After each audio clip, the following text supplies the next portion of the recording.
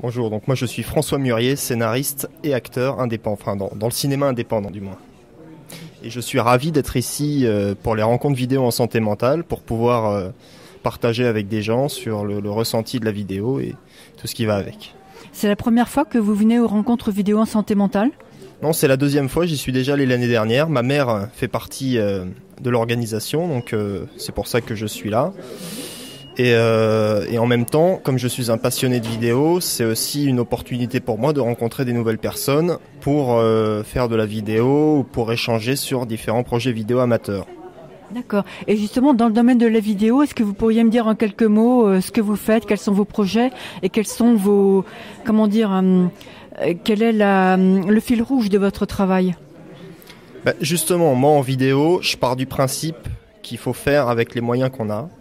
Et moi, j'ai investi beaucoup dans du matériel un petit peu vétuste, certes, mais du matériel qui est très important pour moi car j'aime faire de l'image à l'ancienne.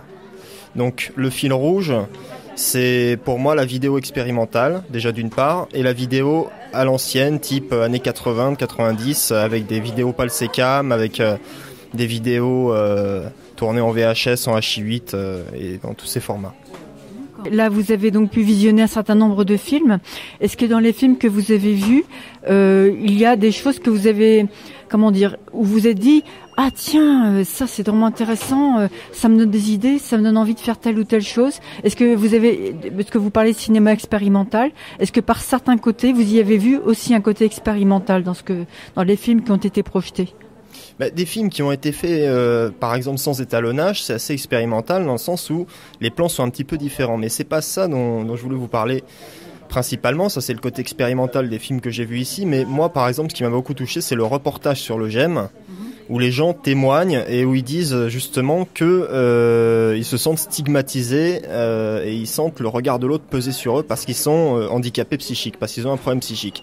Moi-même, étant donné que je souffre de dépression depuis des années, on m'a dit arrête les médicaments, t'es pas fou. Et c'est vrai, je suis pas fou, mais j'ai quand même besoin de médicaments. Je peux pas me permettre. Je ne suis pas là pour parler de ça, mais je voudrais justement. Je suis très intéressé par les reportages pour recueillir des témoignages qui sont percutants. Et ça, notamment, c'est percutant. Vous voyez ? Parce que c'est percutant dans le sens où moi ça m'a interpellé, où ces gens-là se sentaient vraiment, et c'est là que ça m'a touché, ces gens-là se sentaient tellement mis à l'écart et tout, que ça m'a fait un petit peu penser à moi, et c'est là que moi je me dis, le reportage c'est vraiment quelque chose de passionnant, car c'est quelque chose qui rend percutant, qui est percutant, ça touche vraiment le spectateur encore plus qu'un film, directement, parce que ce sont des histoires vraies. Et justement, je voulais faire des reportages, donc moi plutôt sur le cinéma indépendant que sur la psychiatrie, mais